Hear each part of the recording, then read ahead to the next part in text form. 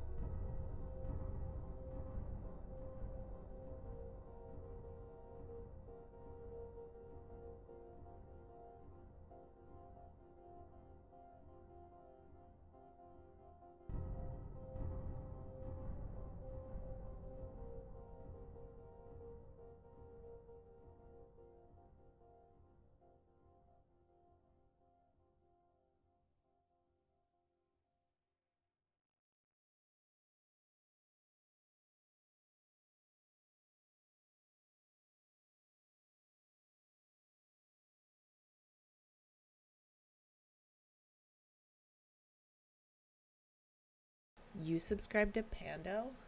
That's so hot.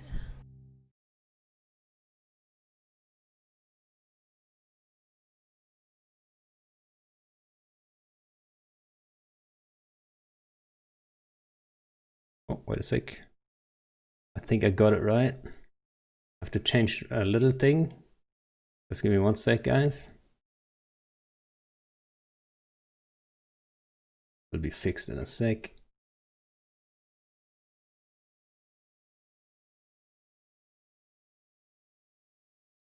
Boom. Alrighty. Special episode today. My first ever, let me actually check if I've got my volume here. Yeah. My first ever episode with an official co-host, finally. Right? I tried it before, and I don't know what the reason was, but you kind of avoided it. But finally, I talked you into being my co-host, yeah. And Yeah. the reason is actually, I think I always lacked the ability of like getting a couple questions from chat, getting people a little bit involved, and I think that's probably the main thing you're gonna do. But perfect episode also to start because we have a friend in common as a guest today, which is none other than Jebi, aka Evlog. Actually, if you wanna put in this command, I think. Yep. So Jebi is obviously, most people are aware, a streamer, same as the two of us. So we probably have a couple of things to talk about streaming wise, but also very, very good solo and small scale pilot. I'm not sure how much FC experience you have, but I guess we can talk about that in a sec. But yeah, how's it going? Like, how's it going, both of you? And you like, and then first of all, Jebi is not on cam because, as far as I know, you have actually a setup, right? You have a complete like almost a studio. Is that correct?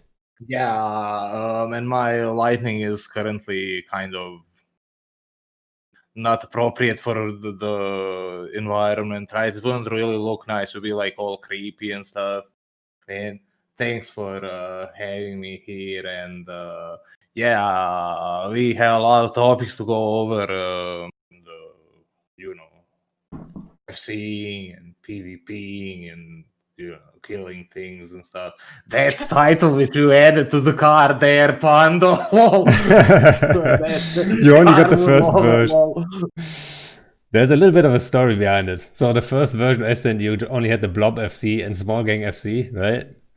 Yes. Which is it's kind of contradictory, but But then Galmo Lover, we actually had a one-on-one. Which I think, did you stream it? No, I didn't stream it, but I recorded it for our fun, right?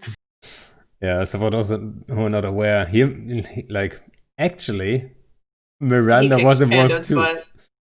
But like, it was about Miranda actually instigating this fight. And then we had a one-on-one. And it was a Gamo one-on-one. And I have no idea about freak-sized solo stuff, so I wasn't sure what I was getting into. I sure as fuck don't have a snake set, so I was like, what's he gonna do? So I just went for like a full tank DPS Gamo, which was obviously a mistake, because Jebi, you showed up with like a snake set and damp Gamo, so you damped me out. And like, I think at the end you got close to me just because you wanted to give me a good feeling in the end. I was like, I mean, yeah, that was a good fight there, my dude. If you want, we can repeat it without the pod or with your snake pod, right? We were both using my link salt, so it was kind of like okay-ish there. Good fight, you almost legit had me. I was cheating with the Dread Gorista's Mjolnir missiles as well. Actually, but actually those are not that expensive anymore, right? After this, like, the ammo was like in the boxes. I remember back in the day, you would have like those faction ammos, like certain types, only from officer drops, which is ridiculous, right? Nobody would pay for them anyway. Yeah, it was like absurdly expensive, and now it's normal. Yeah, but I think I had a chance even with like what we had. I feel like I could have baited you into range somehow, like maybe with a bit of luck, a little bit of heat at the beginning, better reaction time, better warp in, there was a chance for me, because if I get into range once, right, get you scrammed, then I would have out DPS'd you fast. But yeah, he's been second guessing himself ever since it happened. Remake whenever you want. Yes, I'm down. We can like do a best of 3, so that way we're certain there wasn't any kind of accident. I'm not saying it was a fluke. Don't get me wrong. I'm just saying there was a chance for me. Yeah, sure. I mean, after all, it's a freak 101. There's always a chance, and then that's the thing that that's why maybe I'm not so much into freak size stuff. Is because it's like mistakes, they get punished so fast, you're dead so fast that Oh yeah, but that's exactly the reason why I like flying frigates. It's the HP to velocity to DPS ratios, right? They're the fastest things, right? Any kind of Titan or thing which got killed anywhere was thanks to like frigates or interdictors and things like that, initiating and instigating the tackle and stuff. It gets really tense at like, especially when you get 2 ships moving at over 10 kilometers per second, that's a completely different game, right? It is. Unless it's tie-dye, you know what I mean? Because I like the fast-paced shit, but with doctrines. But then there's tie-dye kicking in, like we have right now, right? Almost every important fight has max tie-dye. Oh yeah. Did you see how the graced us with a crash last night? That was some funny stuff. I actually wasn't there because I couldn't be there. But I heard the reports, right? And I heard the whispers every now and then when I was on the PC. I like heard people talk about stuff, and then suddenly people were talking about like, oh shit, like when you log in again. I'm like, oh no, right? That doesn't sound good. But yeah, I guess for our side it kind of worked out. But yeah, it's kind of sad that this stuff can decide fights. But yeah. But what have you been up to? Said it? What? I said, of course it can, because, like Reddit was saying, it's Goon's fault. They did it on purpose. Yeah, I mean, I like the memes. The memes are fucking great with the dude on the bike who's putting the stick in his wheel with the smart bombs and the ECM burst and all that stuff. I mean, it is kind of true, right? They had like 2,000 people in system or so, or more even. I don't even know how many. And goons were there with like 700 people. I think it wasn't even there beside like a small bomber wing, maybe. So who's at fault for crashing the server load? Come on. But yeah, it's funny. But Jebi, what have you been up to? Like during war, you guys are not involved in a war. Like it's not your type of thing. I was kind of doing those proving grounds first, the free-for-all destroyers, and a bit of these 2v2 battle cruisers. I kind of missed out on. Didn't run as much as I hoped to have. But yeah, those things have been really interesting, right? Now the battle cruiser meta has kind of stabilized itself and stuff, but what is the meta? It's the rock, paper, scissors, right? We got the Claymore. Oh, I think. I know what you mean. The Cyclones, sorry. Yeah, the Cyclones. Yeah, that's the staple of it. Everyone's running Cyclones, right? I made because a they're Cyclone super fit too. strong, right?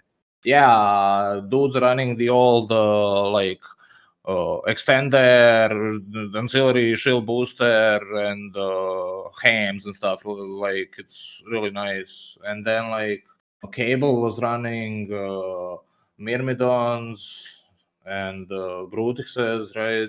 And then there's these Nagas with blasters, and that's kind of like it. Oracle's kind of a bit. Takuya, he's the third dude on the list. He was running those a bit as well, but mostly Claymores as well. Oh yeah, straight up blaster Nagas. I forgot about Nagas on the tier 3 battle cruisers, like the tech. Oh yeah. Anyway. I think Millennium was running those to great effectiveness. Him and his buddy were downstring dudes there. The Naga is the old 1600 DPS if he gets within range, right? So that can like punch through a lot of things. And I'm guessing the arena's too small for Kaidi Nagas, huh? Yeah, oof, that's hard life. We ran into these heavy missile Purger Drakes as well. So those are like kind of really difficult to go through and like really difficult to. There's like dudes strategizing not for the win but for the draw, right? They just want to grief the queue, right? That's the thing. Yeah, and then like it's like old school like mission running, like high-tech Care Bear mission Drake fit. Yeah, with all the Purgers and shit. It's like unbelievable. Beautiful. Yeah, and like we were expecting a much more stronger presence of the Tinker Myrmidons with the rep drones and stuff like that. But those also don't go for the win, right? Those are like draw strats, right? But how's that even a thing? If it's a draw, everyone dies. Yeah, I mean, I guess your guess is as good as mine, my dude. We saw that phenomenon also in the free-for-all destroyers. Those are just like kiting around with like Purger Thrashers and drawing it out and stuff like that, right? I guess Eve players like denying content as a method, that's a valid strategy, kind of, because you made the dude waste 15 minutes and more for the queue, right? It's a kind of an Eve thing to do, you know what I mean? It's Yeah, for being a sure. dick. It's like it's a valid fucking I don't know, but like a Style of career in content Eve. strategy, yeah. They should have like the tree, you know, where they go like, oh, what career you want to go in Eve, right? You want to be a miner, you want to be a bounty hunter, and then or you want to just be a dick, right? And then you have like all kinds of branches you can go to. Like you can go for yeah. draws in arenas, or you can gank people. That's maybe also considered being a dick. High set ganking. Yeah. Oh, speaking of Isaac, Niarja became nullsec.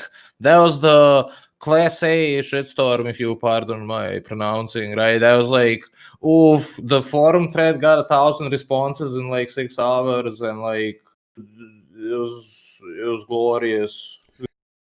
And you know what? I don't even know if that was like people ask me like, "Hey, do you want to flip Niaja or you don't?" Like I'm like, I don't know, to be honest. I have no idea. I don't know how much more work that is for logistics people, to be quite honest. Isn't it like an extra like 40 jumps? Yeah, now Yeah. it's like the Silk Between Omar and Road, Gina. right? Yeah. I It's mean, like considerable. the thing is yeah. though, wait a second, but so Niaja is considered a nullsec now, but can you light Sinos there? No finals, See? no bubbles, no doomsdays, no any kinds of things like that, right? So it's technically just high sec, but without Concord reactions of any kind, right? But what if that's the plan at some point, that it becomes complete nullsec and you can light Sinos? Then it's that would gonna be help so. for Oh the yeah, stuff, because then you can jump freighters in and just yeah. get around. Now the jump freighter has to two midways, right? Kind of additionally, or one, right? I mean, depending on a lot of things, but yeah, it's like it's not that big a difference, but maybe it will lead to. There's this system on the Silk Road route, which is also the Blue Star, which is a candidate for a Triglavian invasion thing, and if it happens there, then it's going to be an island. It's no longer going to be reachable with high sec from Jita to Amar, so that might get spicy there as well. Yeah. Daddy Deep in the chat says the Najara thing did basically fuck my industry up. I need 70 times 40 freighter jumps to move my industry to a more sensible system now. Yeah, I mean, as always, changes always hit some people more than others, right? So like, and that's always the thing too. Whenever there's a change announced, or like they're looking at certain changes, you always have two camps. Right? It's just natural, because if something is OP, right, and we can talk about like some OP stuff that's in the game, but if something is OP, someone's using that, so people would complain. That someone is then thinking, okay, they're nerfing my game style, right? And you could say the same about me with bushing and all that stuff. I'm sure people see it that way from the other side, right? So no matter what you do, it's always going to hit someone. It doesn't matter what kind of nerf they do or what kind of change. It will always hit someone's gameplay somehow. Yeah, and it was fightable. It was up to us, right? So we who undocked and went to fight decided the fate of the system. But at the same time, wouldn't you agree that the second it was low sec, it was lost, right? Yeah, because like the cat stood no chance. It was like exactly. It was like, what are they gonna do? Just like feed until like if their mission running fits and shit, right? Like it was after that it's over. It's GG. Yeah, I think that was like the second it switched to low sec. There's no way all the guys that are interested in keeping it are on average, right? I'm saying on average, are on average more careberry. So Yeah, they'll never, go against the sheer amount of people that want to be dicks. What the fuck is a Brötchen? Well, there is a longer story to that, but yeah, it's a good word for Americans to pronounce. Let's say it that way. So everyone who's American, say Brötchen, and you'll know why. Or Eichhörnchen. Eichhörnchen, Brötchen, there's a couple good words. But yeah, that one's stuck. So Isa is the Brötchen. But so I asked earlier, like, or like I put it out there, did you ever like FC and stuff like this? Or do you also do like larger scale stuff? Or do you only do like small scale stuff? For sure. Most of my FCing experience is derived from the factional warfare and the glory days of the Minmatar people when we like liberated the war zone, and at the height of our block we had a blob of 1,000 dudes, right? So it was really nice. And yeah, all those low sec fights are significantly different than the ones you see in nullsec or wormholes or anywhere else, right? Because of the plexing dynamics and the objective dynamics of the war zone, right? I mean, and also like you see more like different ship types because there's no bombs, there's no and bubbles. there it's gated in the plexes, right? So like, for example, if those dudes have a bunch of like these confessors entrenched in the plex, you need to bust out your sweeples to Amsterdam, right? Or like something like that. It's like a chain of escalation surrounding those plexes and liberating the war zone, and like similar to how you have in nullsec, the sovereignty mechanic, which governs the who owns the system by the virtue of the iHub, right? Or so, like that you have in factional warfare, but it's based on these plex things, right? And who like flips the system to their favor is the owner of the system, right? And the objective in the long run is to obtain sovereignty of all of them, of every system in the war zone, right? And we systematically did that against the resistance of these noble opponents, the Amars, which tried really hard to prevent us in doing so, right? But you know, it was really nice. And yeah, it all comes down. Most of my experience comes down from that. So like, it's low sec 10 and small scale. If you say small scale, that's like probably less than 100 dudes to you, right? No, when that's I not say true. small scale, it's like less than like at top 10, 20 dudes, right? 20 is medium size already, right? Yeah, I agree. And like above 100 dudes is like blob, right?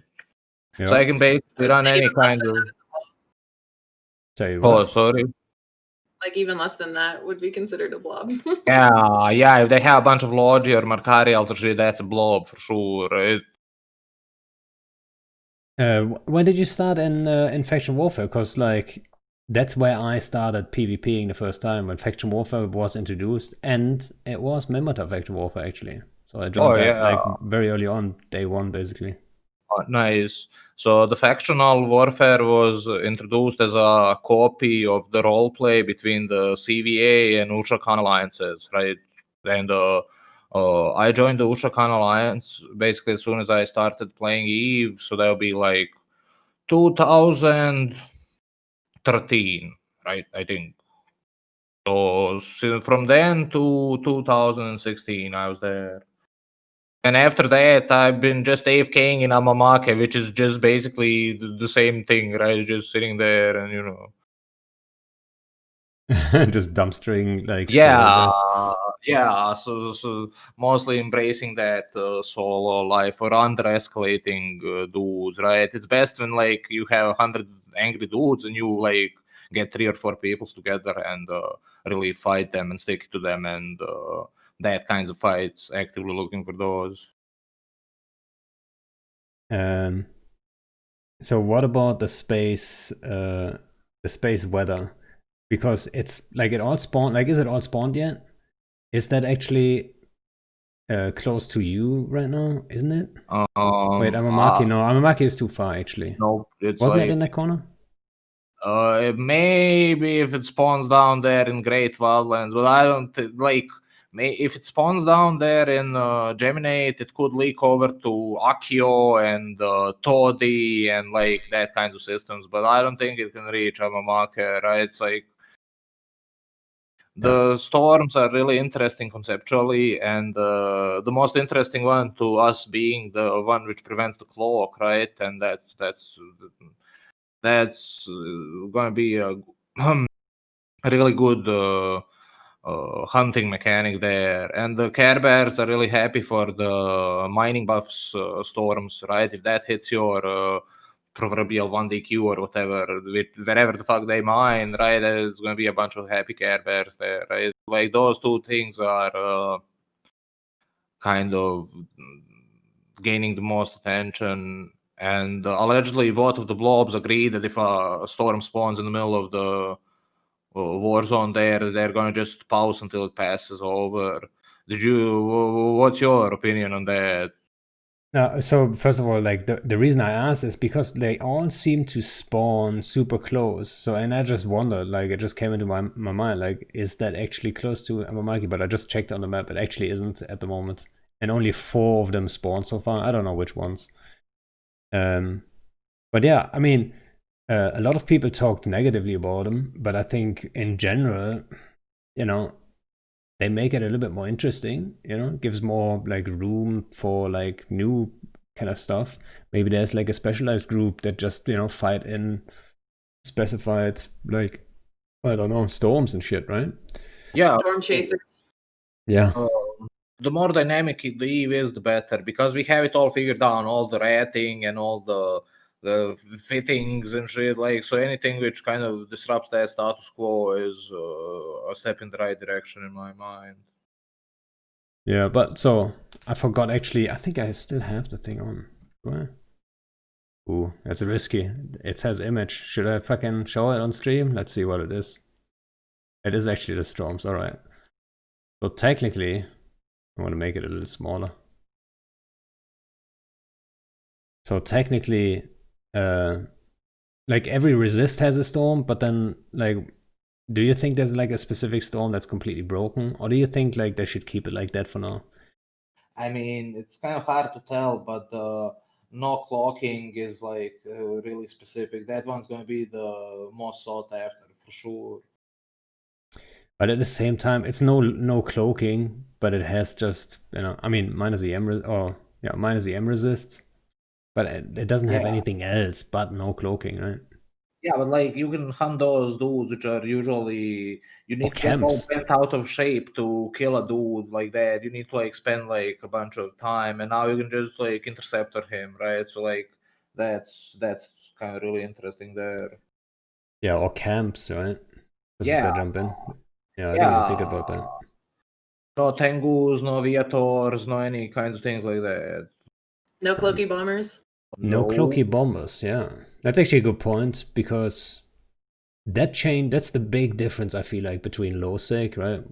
Where you're most of the time, and null sec, which is like basically what I'm always doing. And bubbles as well. Bombs and bubbles, yeah.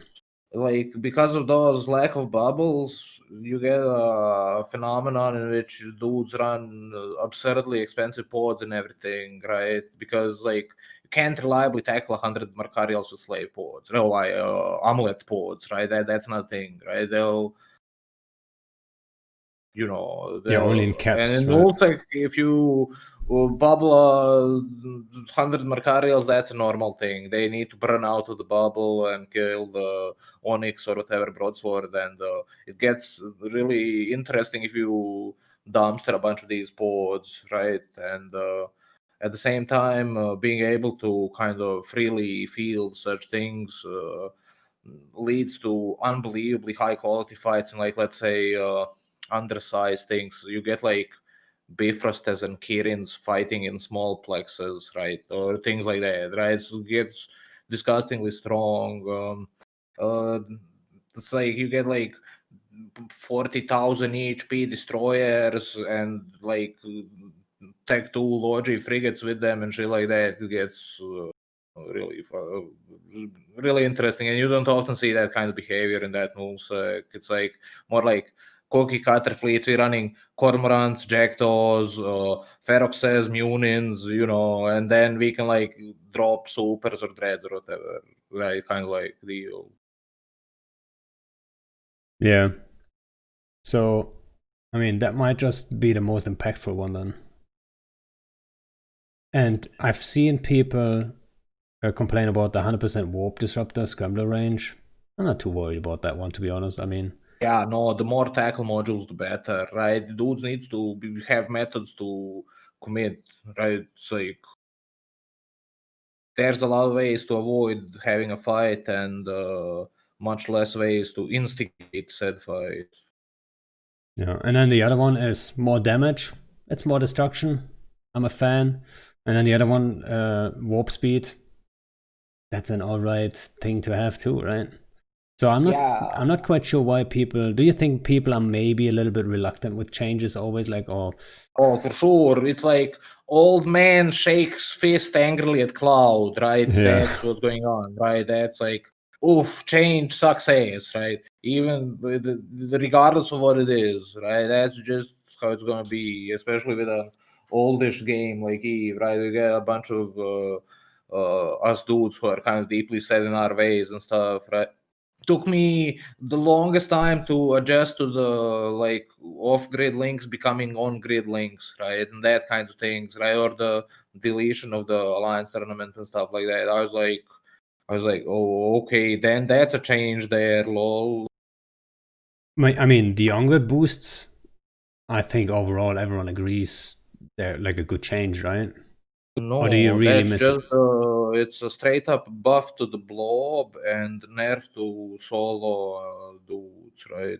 Because the blob can effortlessly and easily run links, and the solo dude needs to get all bent out of shape to run the same, right? I mean, I guess you have a point there.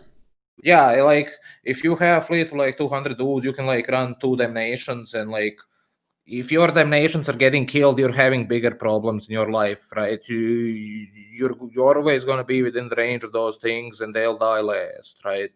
But like the I don't know, the Garmur or the Dramiel or the Ortrus or the Vedmak or whatever, he needs to have his Bifrost and fuck around with that thing, right? It's like I guess it works, but it's kind of like all backwards. And then the other change, what was the second one you said? The Alliance tournament, right? But like yeah. there's these initiatives recently which gives us hope that the tournament scene in Eve is reviving, and it's kind of like looking nice and promising. They even reactivated the Thunderdome server spearheaded by CCP Aurora, right? We're like that. Thank you, Aurora. Fuck yeah, that's the good stuff right there, right? So I like more kinds of those things, and there was I think we might be on our way back to that kind of.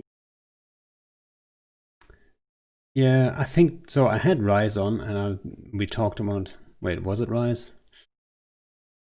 I think it was Rise that said, who said the Alliance tournament is not gonna come back like it was, but they want to change it to an approach that players can more easily create tournaments. And you've seen it with like the 5v5 scrims, which I believe you've done a great job with like doing the commentating, which I'm not good at that kind of stuff at all. I get really hyped and just fucking rant, lol. It's thanks, lol. Like those. But yeah, that initiative, and before that, the TM had the tournaments, and after it was like Even T, which are running the tournaments now. I think those are actually ran on the Thunderdome, right? So it's like progress is being made to ensure that we have some kind of structured tournaments of some kind, and maybe it'll lead to some kind of, let's say, minor series of tournaments leading up to the major series of tournaments to, let's say, leading up to the Alliance tournament, quote unquote, the championship, right? You know, that kinds of things. And on the other hand, we have these instanced activities being introduced to the game within the form of these proving grounds events, right? So I think the wind is legit blowing in that direction, right? I totally agree. And so my concern was always with the arenas, like, you know, if you pull too many PvPers out of like the daily Eve business, you know what I mean? Like roaming and that stuff, then, you know, it's risky. But I think they did a good approach of just introducing one thing and then the next one, and then, you know, dip their toes into it a little bit like carefully. And I hope they're not going like, oh, look at this, it's super successful, let's go overboard with it. And then, you know, I get what you're saying. It's like sanctity of the sandbox, right? And that kinds of things. Be like every person who's queuing up for those is a person who's not roaming around the universe, kind of. Yeah. But like they're event limited, and it's like a bunch of people log in and would never even undock if it wasn't for them, right? So it's kind of like hard to measure it. I think it's like really good that they're event, but not permanent. Next up would be the matchmaking based on win percent, right? Elo based matchmaking like they have in like chess or Dota or whatever. And then you don't need to queue up like 5 or 10 dudes. You can like queue up 5 times one dude and it will match them up, right? So that would like kind of. So I actually talked to CCP Deadlift about that specific like mechanic for matchmaking. And he said that the reason that they're not doing it that way is because then you have those guys that will play, one game, win, have 100% win rate, and then just like never do it ever again. And you have those people, and it'll also like bring in, possible win trading. So I get it. Like that's the plague of every matchmaking which exists, right? Like Smurfs and setting up matches and whatnot, but with a healthy pool. But yeah, that's really good insight there, Miranda. Thanks. Yeah, and thanks to Deadlift for like saying that thing, right? It like clears up a lot of the like it gives really good insight on the thought process there. But I think that's kind of flawed, like a flawed reasoning, to be quite honest, because now what we have is like, I think the biggest advantage we would have from those arenas would be that like new players have an easy access and instant access from wherever they are to like real PvP, right? I mean, real in terms of like the fight itself, right? Usually I would count the how do you get your fight, right? That's a very big part in EVE. Like, how do you get the fight you want? You can tell like 100 stories about that, I'm sure. But like that part is out, but the fight itself, they have access to it, easy access. So they don't have to travel to nullsec and then like they go to the wrong place, which might be completely busy. Like they jump into Tama and get just killed on the first gate, or they go into, I don't know, some region that's completely dead and then they roam around for half an hour and they give up. But now they can just queue up and they get a fight, right? So that's a good thing for new players, I think. But then what we have is they get crushed by those like hardcore people, let's say Cable and the other guys that are like constantly what do you call it, queuing up, and then there's very little chance for the new guys then, right? It depends on the type of arena, I guess, right? So yeah, I think like in the Destroyers 3 for all, I ended up being like the 16th and got 300 kills in 17 hours, right? That's an absurd amount of content, right? It's like unbelievable content density, right? You're just saying. And then it's not easy going back to like roaming for 300 jumps for a stabbed venture kill, right? It's like it's a big transition from that and back. which one is your opinion is the best one from the arenas we had? Or which one is the worst one? I think it would be the cruiser was kind of weak because it didn't have any kind of normal rule set. But with the constraints we have today, it would be much nicer. The slicer one was the weakest for sure because slicers are the shitty ships, lols, right? It's like who likes flying slicers? Just like 3 tryhards in the universe, and they get the rapier, and that's it, right? Like that one resulted in queue times at over 2 hours and stuff, and it's like it wasn't really that popular. The battle cruiser one is kind of nice. Maybe if it had the second resist penalty at the like 12 minutes in or out of the 15, so that way dudes can actually break those griefing platforms which play for the non-win, right? That's you get into a situation where those tanky boys soak up so much that it becomes unkillable, and they're not playing for the win there, right? So it's like maybe that adjustment there. Yeah, I don't know why they didn't go with that. Don't we have that mechanic already? It is, but it's not sufficient for the battle crew. It's sufficient for, let's say, frigates. For destroyers, it was iffy, right? Because you could make these purgers and you could make these really expensive dual rep reactive hardener destroyers and stuff like that. But cruisers, tanks forever, right? It's like unkillable, right? And above, right? Battle cruisers as well. You get like these really strange situations. I guess those.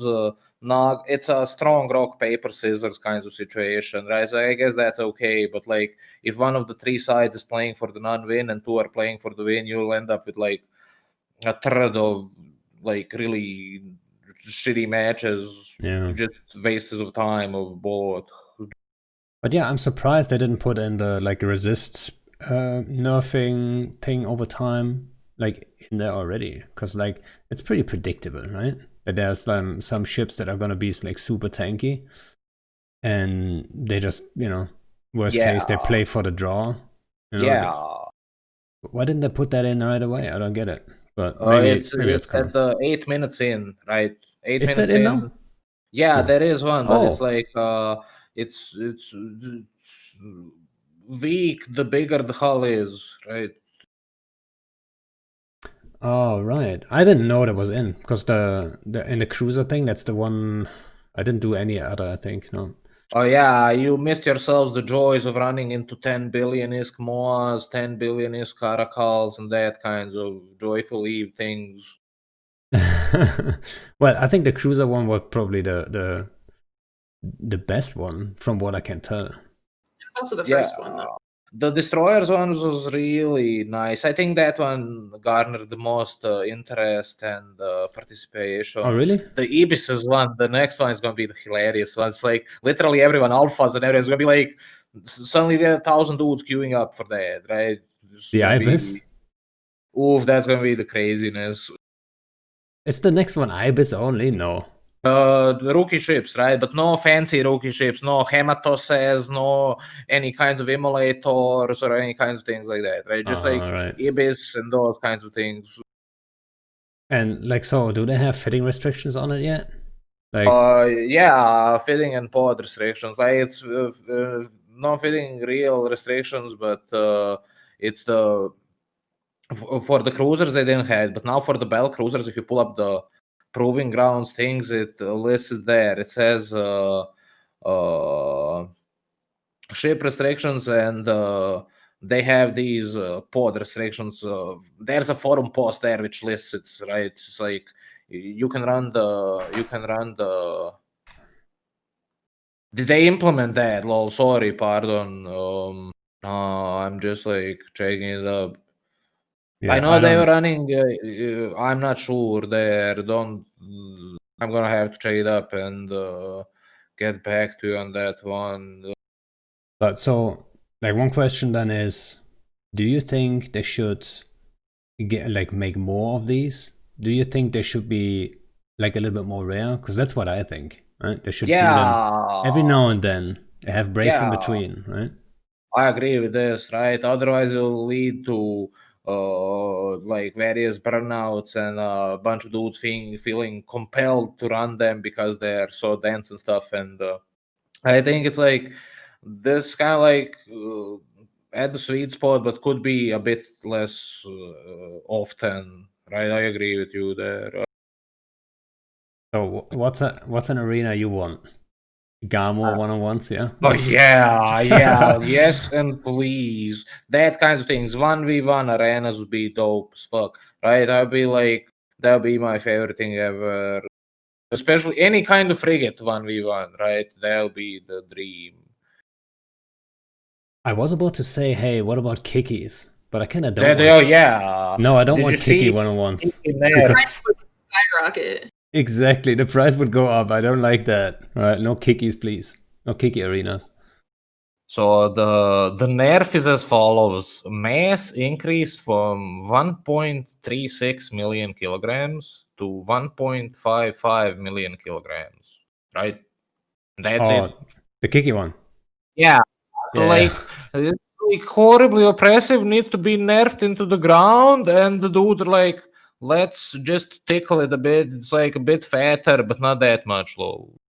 Yeah, so like obviously, so I'm always running Kiki fleets and all that stuff, and I love the Kiki as as a fleet thing. But I'm very aware how strong it is. I mean, I'm very aware.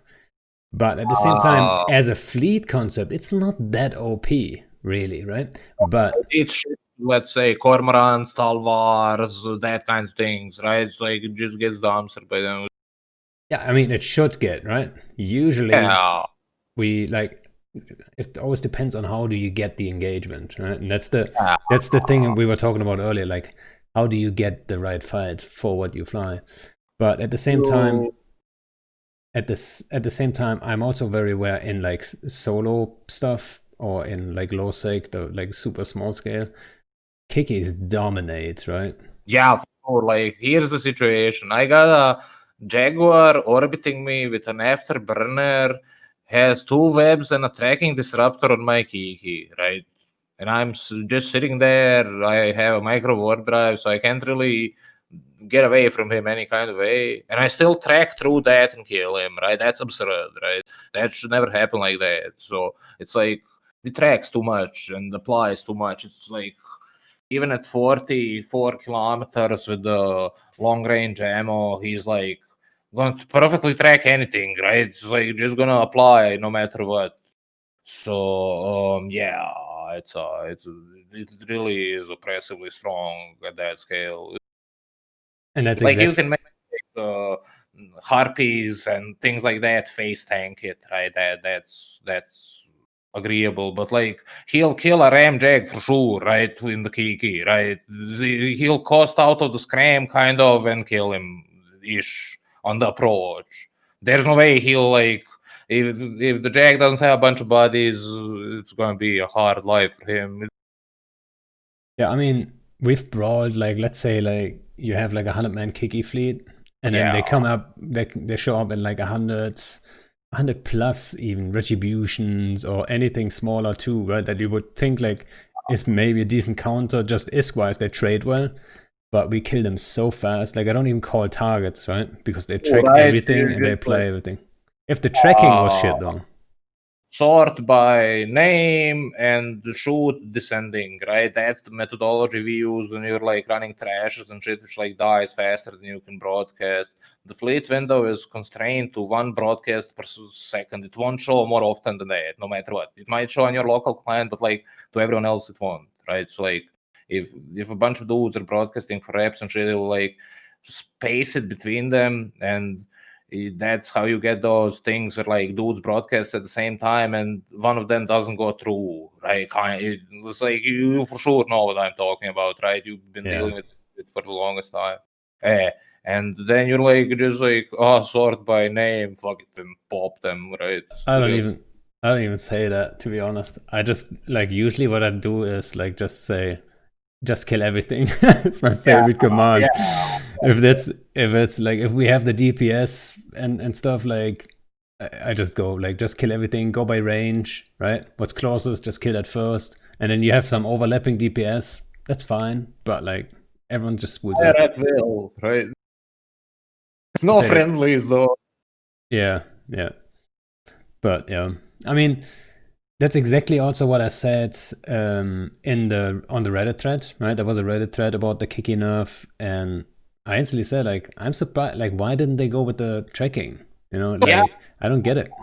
Like, it's absurd. That's like, here's how tracking works. At 2.5 follow, you have roughly 2% chance to connect a wrecking shot, right? So like it's basically a crit ship when he spools up as well, right? Because if he gets a bunch of wrecking shots in a row, that's gonna wreck anything, right? It's like you get like 20, 30 Kikis and they chew through a dread, which like siege badly and shit like that, right? It's like I don't know. it's like unbelievably strong. I mean, 20, 30 Kikis, they have some DPS, but to shoot through a dread, I think you need a little bit more. Do you think he would be able to tank? Like, yeah. When a dread gets isolated somewhere in Losec, usually you wanna get a bunch of, since there's no bubbles, right?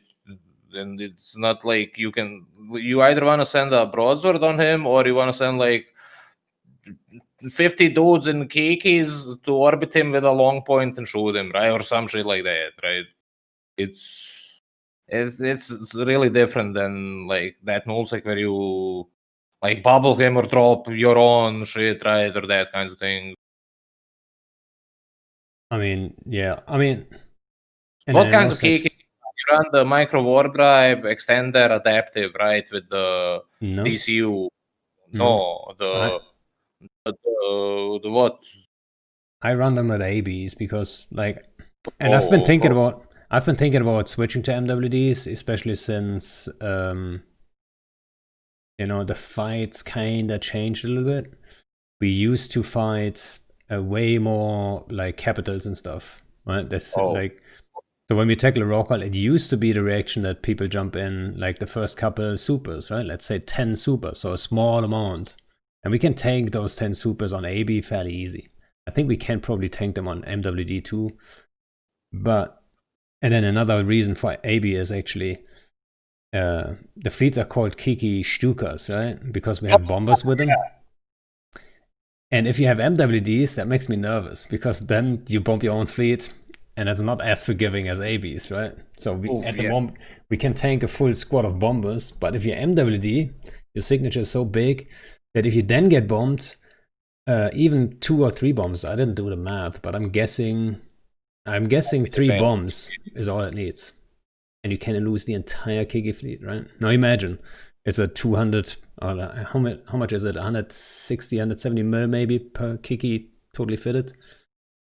And then 100 of these, that gets expensive quickly. It's heavily reliant on the combat scanning and warping in optimally, right? It's like good for the oracles and things which are not mobile. But like if you have to engage, let's say a bunch of cormorants or talvars or any kinds of things like that, which can sit at, let's say, 90, 100 kilometers, it's going to come down to the scanning and warping down and landing on them and how that part of the battle goes down. Yeah. And that's what we talked about earlier, right? It's the speed of the engagement then, right? Yep. That's where the kickies shine. If you're faster than the other FC, you have a solid chance of actually catching them. But now imagine there's tie-dye, right? Like we experience right now in the war. Yeah. Then, like, with time dilation kicking in, everything takes so slow, like so long. Like, I'm warping off. They already know I'm warping off. In that very second, I'm clicking warp. I'm not even landed on the ping. They already know, oh, he's warping to a ping, right? By the time I'm back aligned to them, they already know, okay, they want to warp to us. They're already aligned out. So it's like everyone's reaction time is perfect. And then technically I can't even catch them, right? While if I'm fast and I kind of know how they want to engage me, right? Warp at range and then do certain things. If I then have the right bookmark or like the prober ready and I just ping quickly and ping back onto them, then I can catch them. And then kickies make short work of stuff. Yeah. It's tie-dye. I think people underestimate how much influence tie-dye has on this game. Yeah, when it's tie-dye, you can clearly see that fluid motion is an illusion, right? It's like in reality, your ship is teleporting in 1 second intervals, kind of. In your guns as well and everything, in your adaptives and tank and everything, right? It's just how the server works. And you can clearly see that in the tie-dye when it becomes like 10 seconds or 1 second, right? Then you see like on your warp acceleration or deceleration and whatnot, and your cycling of the siege or whatever, it's like, oof, it's a completely different game when it hits like 70-80% tie-dye. It's like needs that becomes an endurance test, basically. And you know what's also sad is, I mean, obviously that's a sad part, but we had like 1,500 people fighting the other day. I forgot what it was. And like the fight took like 2 hours or something. And then like 20 bill died or something, right? And then obviously one side is going to claim victory. We killed 7. We lost only 7 and we killed 13 or whatever, right? I forgot who actually won that fight. But I was just sitting here thinking, it's just 20 bill. There's 1,000 plus people fighting in the same system, but we only killed 20 bill. in total? Come on. Like, Yeah. we all lost. You know what I mean? That's what I thought. It's like, Yeah, like I was expecting the shit to go down to 1,000 Titans versus 1,000 Titans, and like test tanker there, first Keepstar there, and named it 2-2-2-2, right? That's when I was expecting the shit to go down, right? We're all patiently sitting here and waiting for the call to be made. Let's drop the fucking hammer, right? And like that's gonna be the biggest battle ever. It's gonna dwarf the BTK or the UA whatever. ULX. Yeah, and any kinds of those things, because dudes mega care beared up a bunch of fucking Titans and shit, and we have so many of those things that's like unbelievable comparatively to how it was back in the day when those were active, right? But I mean, there's a reason why that fight hasn't happened yet, right? And it's pretty simple. Right? So all like Imperium has all Supers and Titans in Delve, right? And then all PanFam and Legacy and so on, they have their Supers and Titans in Catch, and there's a massive region jump in between. So PanFam and Legacy, they technically have the numbers advantage, but they would have to take that gate. And I don't feel like they are willing to take that gate and take the fight. So I think their new approach right now is to, like, they anchored a bunch of Keepstars just 2 days ago or so, to just do the slow burn through to Quirius, right? Which takes them way longer. It's gonna be a long grind, but it's the safer route for them. So I feel like there's a fair chance of that big fight kicking off, and I really wish, like, as much as I talked about Tyler before, I really wish that one big fight happens in this war. But we will have to wait for that, I feel like, right? It's gonna take no one's gonna gate any super blob, right? Gating super blobs is like the last. You might as well be like, I mean, they have jump drives. No one wants to gate those things. You wanna teleport on your opponents in the Amsterdam, right? That's their purpose of existence. And like, if you treat them as if they're like some kind of breaching punishers into a novice plex through that regional gate, that's never gonna happen, right? Any sane strategic mind is gonna reach the same conclusion, right? It's gonna be like, okay, then we're just not gonna do that. Right? So I think your like insight there is really good. So like until the shit hits the fan from the other side or someone gets really desperate, it's probably not gonna happen, despite how much we want it to happen. Yeah, are you gonna be there then to cover it? Sure, I'll be with my 3 or 4 alts, and hopefully one of them will manage to not socket claws in the mega blob billion tie-dye, right? And we'll be able to get some kind of dank footage of the shit taking place. Yeah. For those who are not aware, like Jebi has been, like, I think a couple of people have actually stepped up for this war to cover it. You, Rain, and Ron, like, all have been covering the fight as much as possible, and that's another thing that people are not too aware of. I think how hard it is to predict those fights, then be at the right time, at the right place, and like cover it properly. It's not that easy. I've tried it actually when Fraternity and Legacy 4. You put up a script which notifies you when a kill happens with more than 100 participants out of it outside of high sec, right? And that's how you do it. Yeah, like fishing from Zeke. He has the live API thing, so it's just an infinite feed of those, and you just like be like, oh, this one has more than 100 dudes on it and is in somewhere in Fountain. Nice, let's go down there, right? It's by that point it's usually too late. So it's like the best way to be on time is like knowing when it's gonna hit the fan. And usually at least 2 sides actively decide to fight. So like it's gonna be like this timer there, or you know, any kind of fight with more than 1,000 dudes in it is gonna be announced properly, right? There's gonna be, it's impossible for that thing to be a secret of any kind as soon as it's conceived, right? It's like instantly public and known to the entire universe, kind of deal, right? It's that, but then also, you know, once people start doing like the commentary and they start covering the battles, they have people that start telling them when stuff is going to happen. Oh yeah, So that there. was But that's fairly rare, to be honest, right? good to your dudes and like be like really subtle and covert and never you know, jeopardize their nice status there, right? I mean, and you like, so if you get like a warning from someone, like, hey, there's a fight about to kick off here, or like tomorrow there's a fight there and there, like we're gonna go there and do this and this. Yeah, that's the approach. Yeah, but first of all, I think that is rare, right? Like, how many times did you get into like that? The law requires me to say that I don't know, right? Like, answer that like that, my dude. That's like.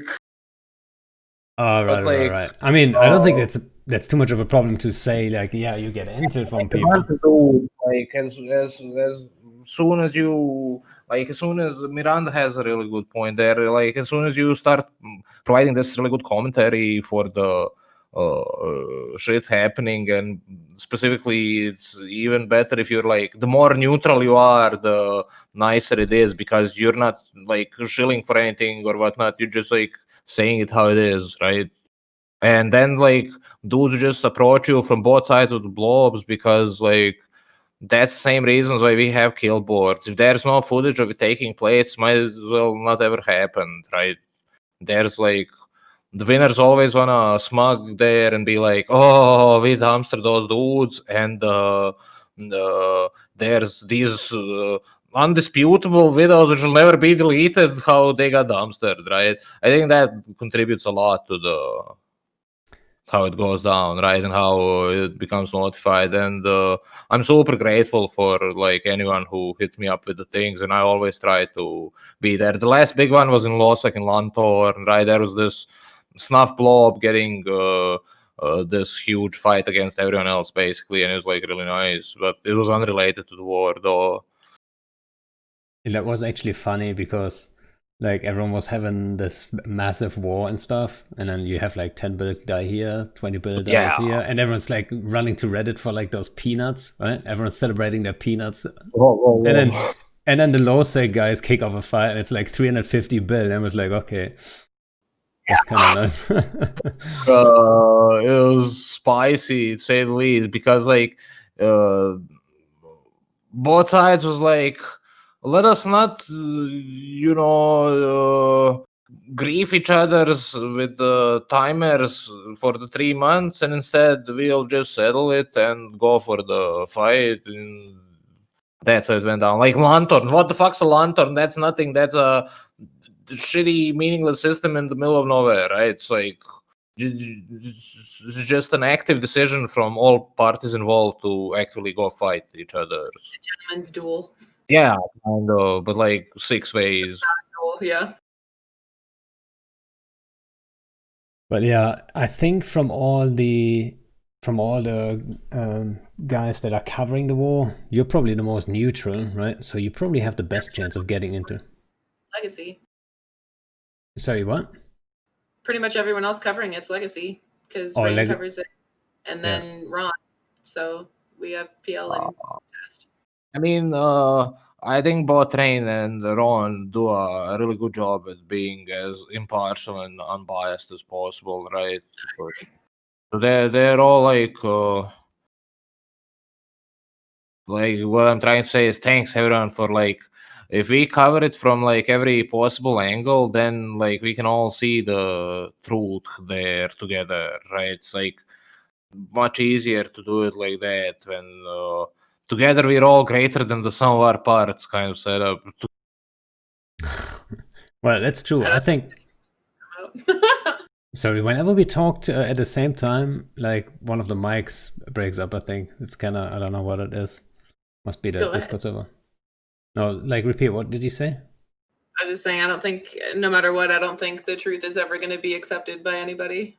Yeah, it's always going to be the narrative. It's going to be like, we made shittier memes than them, and we win, right? Or like the sun got in our eyes, or the server lagged out, or whatever, right? It's like, Yeah.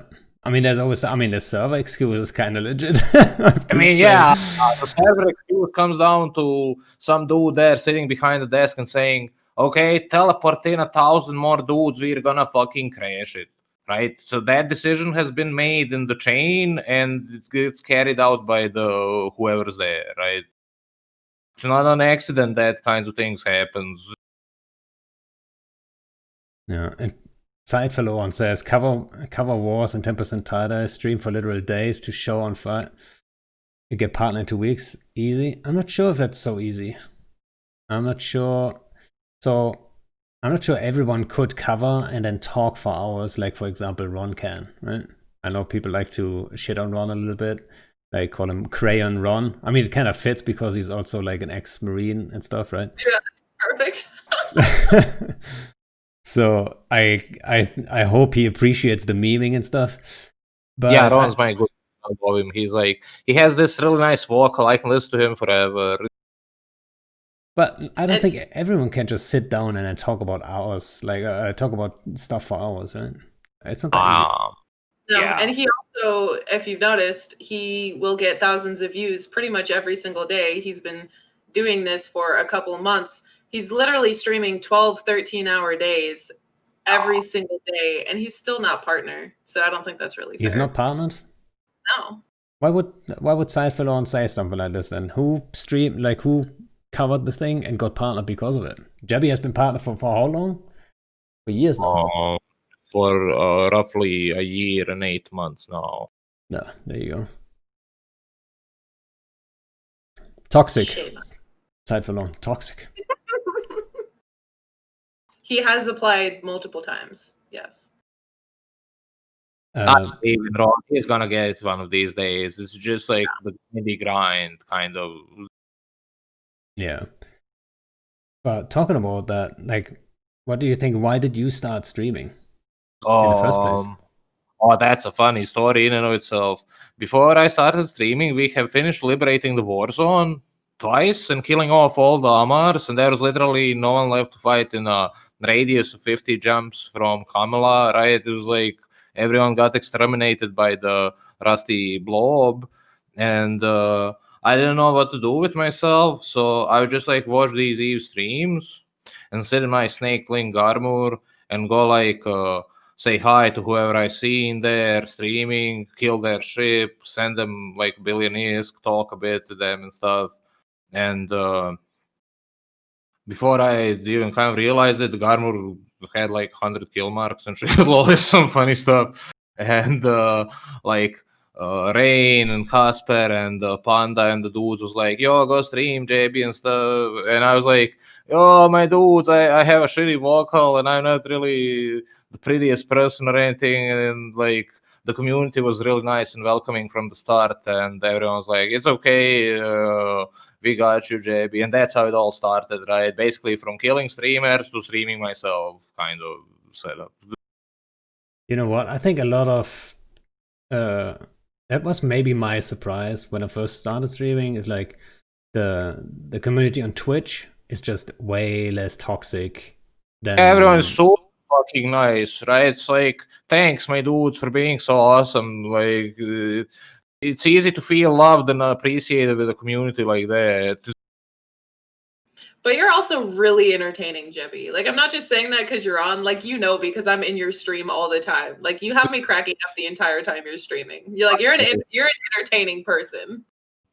Yeah, thanks. It's very nice hearing stuff like that. And yeah, and then it went all to that solo PvP, maybe some fleets, maybe some battle reports, maybe some New Year's fireworks, and here we are today, kind of.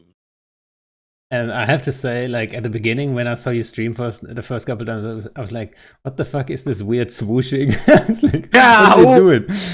But then it grew on me, I have to say. It's like, couldn't miss it now. Immortal, right? If it wasn't for the swooshing, that thing carried us to here, team.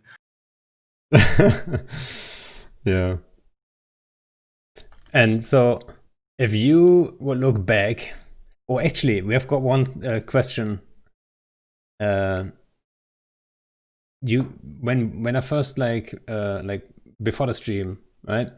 You went and made a coffee quickly, right? Yeah, And I was cooking my coffee. And I heard some rumors that you're some coffee expert. So we have a question written down actually. It goes, how strong is your coffee? But put it on a scale of Venture to Munin. So how fucking strong is it? Munin coffees, right? I usually drink coffee without any kind of sugar, and it's like just straight up roasted coffee into boiling water, GG, right? So like, I think that makes me that's my immortality juice, right? It's really untasty and disgusting, just the way I like it.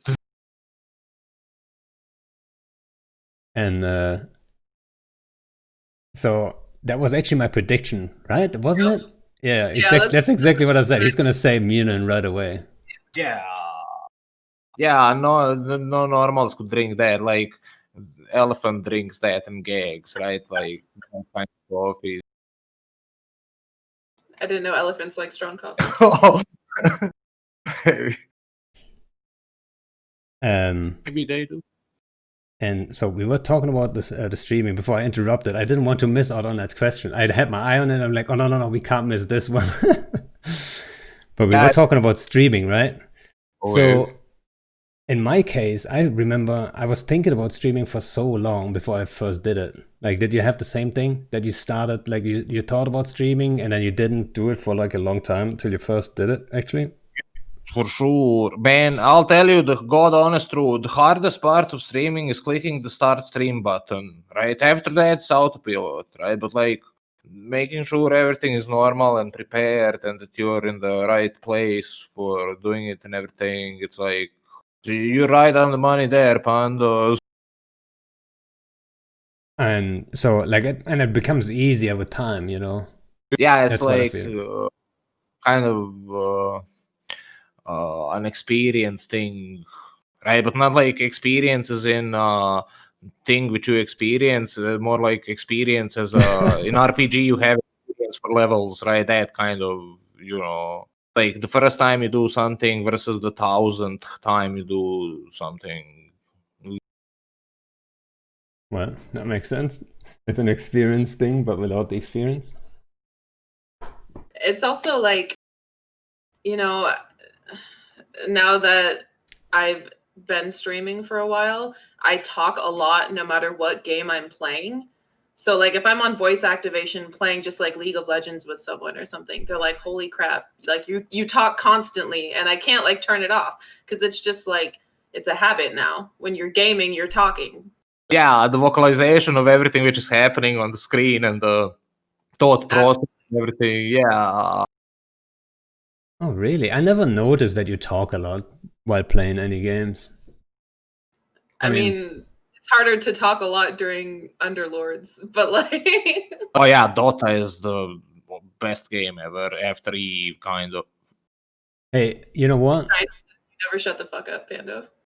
I never shut the fuck up. Maybe that's why I don't notice, right? You don't get the chance to talk because I'm talking the entire time.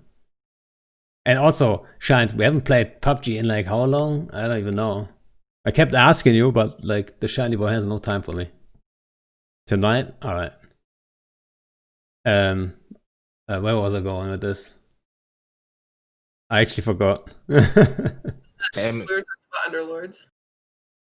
Yeah, in Underlords, there's not much to talk about anyway. I mean, no. Oh yeah, no. My dude, like when you put that garment, I didn't know that it would be there, right? I saw it when I pulled up the stream, right? I was like, that's a good comedy there, Pando. I thought you'd like it. I had a couple of these really notable duels in that Garmur, right? It's like put Casper's Whiptail into structure, right? And then he suicided a malediction scram out to live, right? And so I don't have to be ashamed. Oh, he's my good dude. I was running the links and he wasn't, right? So it was like not really a fair fight for the Whiptail like that, right? And against the Blue Melons, Cambion was like a really strong fight, but that's unkillable, right? He's like can tank 1,000 DPS forever in the Cambion, right? It's like there's no winning there. Only the CCP wins there, right? When I ran out of ammo and stuff. So, yeah. And like the 100 kill mark armor, which got me into streaming, died fighting 2 beam snake linked slicers at the same time. It was really close. I killed one of them and then the second one killed me, right? It was like rape, lols. So yeah, I had a bunch of good fights there. Wait, was that your first stream then? No, like kind of in it. It took like 50 evog entries to die because the thing is that thing is like absurdly strong. It's like literally cheating. You need really specific ships to deal with that. And when you see a bunch of rapiers and stuff, you go dock and swap into a normal ship, right? Kind of, right? Quetzen is asking, we should find a topic we don't agree on. Blobbing.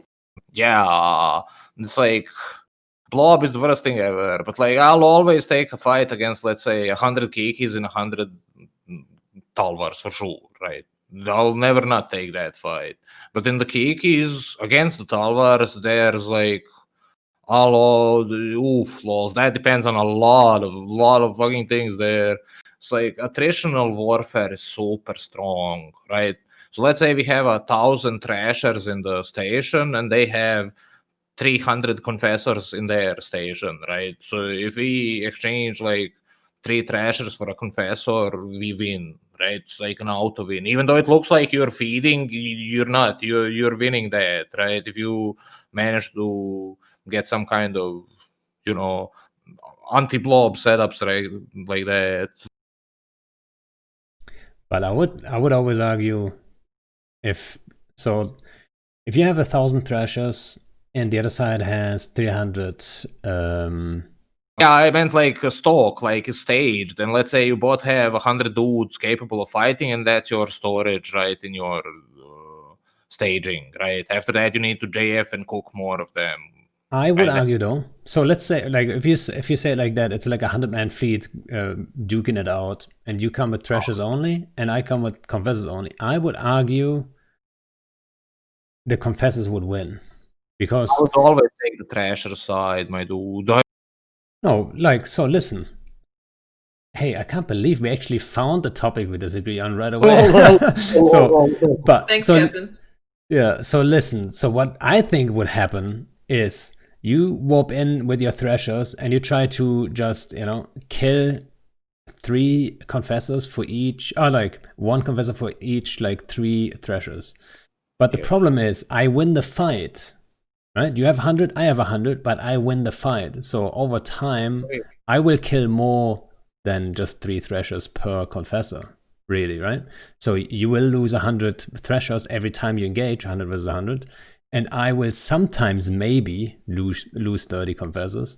But if I play it perfectly, and I get lucky here and there, I might just lose, like, I don't know, I might just lose 15, maybe 10, right? So I think the confessors have more potential of wiping you completely out, and therefore they have the upper hand, even if you have less at the end, right? Like less in total. I think it will be able to favorably exchange there, right? So let's say an artillery thrasher is 10 million ISK and a beam confessor is 80 million ISK, right? Kind of setup, right?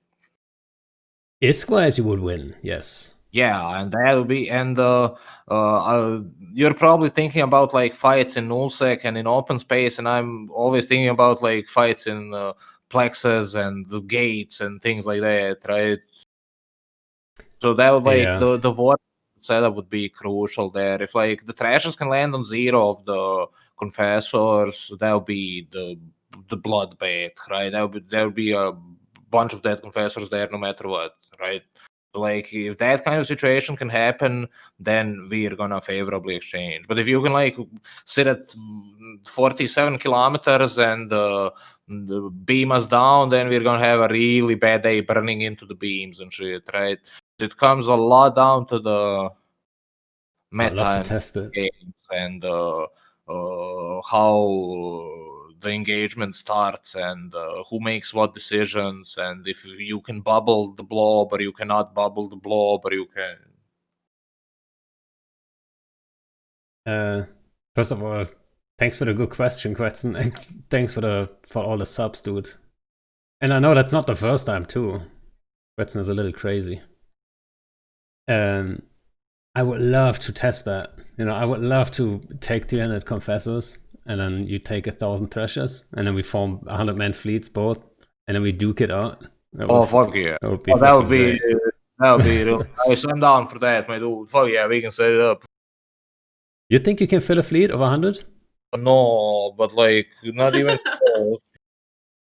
Because that's my advantage, right? Because I'm part of an active alliance, so I can get the numbers, right? If I hype it, I can get 200 people if I need to, right? We just multiple 3 thrashers, lol. But maybe, I mean, if we would make it an event kind of thing, we could probably do it at some point. We should keep an eye on that. Right. Also down to fight your Kikis in the Talvars. That would be dope as fuck as well, right? So like the 300 Kikis and 1,000 Talvars, same as the Thrashers versus the Confessors, right? That's that kind of attrition kind of fight, right? Talvars are fucking tough though. I mean, yeah, but like, oof. Yes, they are. They're like incredibly strong. Yeah, I mean, so the thing is always, whenever like a ship is faster than you and outranges you by like quite a bit, it's always tough. It's like super hard. But at the same time, we have fought stuff that outnumbers us, or like outnumbers us too, but outranges and outspeeds us. It's all about catching him, right? And if it's a null sec, I think I'd catch you. Sure, like the plexus provides such a huge leverage point because there's no like warping around. It's like a dead warping, right? Yeah, you can't like bounce around and things like that. But yeah, we ran that shit into the ground, right? We like, if they're running armor, first launcher Mjolnir, rest launchers Nova. I'm gonna count down from 1, open fire on the primary target, 1, fire, ceasefire, and so on, right? It's like, that shit's like really fucking solid. If you would call targets like that though, with Talvars versus Kikis, like you wouldn't have a chance, I think. Yeah, I mean, that's like the slowed down process, right? You just like X plus click dudes and they shoot them, right? For Kikis, you wanna load up 6 launchers of Mjolnir and the last from the Nova, right? Yeah. Well, I'm up for that too. But Yep. I'm not. Yeah. But I would say let's do it in null sec. Yeah, like let's do it. I'm down anywhere, right? Like staging a bunch of the trash is really specific kinds of ships because of the way artillery works, right? The alpha strike is unbelievably difficult to deal with, and when you get sufficient critical number, you're really strong there. Same principle is the Munins, but like that's like big trashers literally. What's he do? He just like flies around and shoot things, right? Yeah. The edge of the tremor range, and then if he can arty someone down, he's like nice. And if he cannot, well, shit, we're pulling off team and try again. Yeah. We ran a bunch of various strange things, right? So like, I don't know, Canes, Nados, Sleipnirs, Markarials, like all those Minmatarish setups are like my favorite thing ever. There was also Prots kind of, but they got nerfed, right? Prot today is a meme. That thing needs like reworks, and I didn't have that much experience running Loki fleets, right? For me, it's like been more of a solo ship for alts. Yeah, I mean, beside the chemo Proteus, right? Nobody is doing anything with Proteus, I believe. Nope, no. It's like hacks are better than it in any other way, right? Like if you compare, let's say, Eagles, right, or whatever, does lose skill points, has more HP, goes faster, connects more damage, tracks better, and so on, right? It's like only if you're bent on losing, you'll feel that, right? A glitch. I just looked at the stream. he just said like, "Who's the guy behind you?" I had to look. For most of our fleets, we had this kind of rule. So like, whoever can 1v1 gets the FC, right? So like, it was kind of That's like a good rule. Yeah, so who's the most skilled and most keen on actually doing it can challenge the dude at any time who's running the fleet. Not in the middle of the battle, right? But like, it's like when nothing is happening, you can be like, "Yo, now it's my turn. Bust out your whatever, and I'll get my Cinnabon or whatever, and then we'll see who's what and what." Right? Like the Dothraki in Game of Thrones. Oh yeah, exactly like that, or like the orcs and shit like that, right? That's like how you ensure your shit's good and strong. It would be kind of funny, like a role-playish approach to leadership, because I think a couple groups died from that leadership issue, right? There's like that old dude on the top who doesn't want to give it up, basically, right? And then the younger guys, they have to fight against that, and like the dude is AFK and doesn't do anything, but they want to get stuff done, but it doesn't work. You know what I mean? And then at the height of our blob, and the first time we got the victory condition, we flipped 31 systems in 24 hours, right? That's never before or after been done in any kind of factional warfare, right? This is like an unbelievable grind, and it all relied on the meta gaming of the status, right? You know how in Nullsec you have these renters, right? And they'll never do anything. They'll never go bash any hubs or whatever. They just wanna print disk, right? It's like what they're just similar to that. It's really similar to that. We get these farmers in factional warfare who just like want to grind these plexes and don't care about anything, right? But they'll never bash any kinds of hubs or anything like that, right? It's like the dudes are like they would have to stop caring to actually bash the goddamn hub and shoot it and form up some shit to fight, right? So that's like that kind of insight. We kind of stacked up a bunch of systems to be 100% vulnerable and then formed up a 1,000-man blob and bashed it, right? Ending with the victory condition in Gebuladi, the last system to be bashed. But so I think that's one thing we could have maybe utilized in this war, like in Fountain. Is you utilized the Alliance tournament killing renters, right? Did you see that dude who got smart bombed? Man, that was the funniest shit ever. He was like, I'm gonna go hunt some renters. Oops, lols. Are you mean the ghost bomb stuff? Oh, like the dude in the Cremos, right? He just was it the Cremos? Right? He just got popped, like minus 300 billion gone there. That is kind of sad. Right. Yeah, I'll try to pull up the kill. It just like happened on the 20th day of the war, roughly. I thought for a second you're talking about the ghost bomb stuff, because we did that mainly with like rental alliance tunes, and like we baited in Legacy and then blew them up with smart bomb battleships. Oh yeah, that's really fucking solid. Those pipe bomb things are the best thing ever. That's like, it's hard to pull off in Losec because there's no bubbles and stuff, but like in Nullsec it's like you dudes are miracle druckers and like it's really fucking strong. All right. So I think we are actually at 1.5 hours, which is kind of what I always aim for. So I have that one last question, which I think is kind of interesting always to ask. Like, if you would meet a young Jebi, if you travel in time, you meet like young Jebi, what would you tell him? Like, what would you have loved to know when you were like, I don't know, fresh in the game?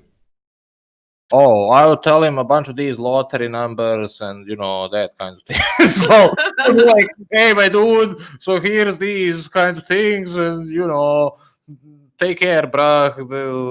But yeah, like memes aside, I'd probably tell him to like not be so salty, right, and relax a bit. oof, I get really fucking salty and concerned and stuff. So yeah, that's like maybe something which I would like to have communicated, especially to my younger self. Weston says, "Don't start smoking." Yeah, Was that would already- be like really young, right? I wouldn't listen to myself, right? I'd be like, yeah, I'm gonna smoke, and you can suck it, old man, right? That would be the response there. Okay, I thought boomer. Oh, like that, just be like, oof. All right. But would you tell him? Would you tell him to start streaming earlier? Probably, right? Yeah, but it's kind of hard to say. A lot of things coincided at a good time, so but yeah, I would have for sure. The biggest constraint I had with streaming was that I had kind of like shitty upload speeds, right? You know, that was my That was I was actually like a long time ago if I wasn't so like limited in that. that was actually a factor for me too. Like I couldn't stream actually before I had like a proper upload. Rip, I feel that on spiritual level, my dude. I'm super glad you managed to sort it out there. Yay. Well, lately I'm not streaming all that much because of the war and all that stuff, and I kind of felt like I needed a break anyway. But I'm looking at ways to actually stream more like mid-scale war stuff, which is tricky. And I believe in you. You got this. If anyone can pull it off, it's you. But if you like stream it, you can like record footage and make YouTube videos or stuff. So there's like, and this show which you host, the podcast thing is like really solid. So thanks for all the effort you put into the community, and thanks for having me here, team. You're both awesome people, and it's really nice talking about all these. Things from the past and the current happenings of Eve and everything. Yeah, hey, thanks for coming on, and also thanks for for being my co-host Miranda, because like I had to beg her like a couple of times, and hopefully we can make this like a weekly thing. And Jebi, if you want to come on again, we can do it again. Oh, Maybe- yeah, I'm down. You just thanks for the invite and thanks for having me here. I was like really enjoying myself. Alrighty. Then guys, I would say that's it for tonight. And thanks everyone for hanging out. Special thanks to Quetzal, fucking crazy dude. And hope you guys enjoyed it. And see you guys on the next one. And maybe I managed to stream some proper Eve stuff this week. I have an idea. Say it that way. But let's see how it works out.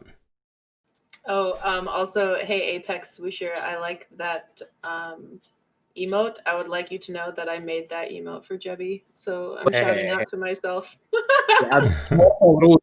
That's like that's a god tier emote there, Miranda. Thanks for making that thing for us. We've been like spamming it every stream like at least 100 times.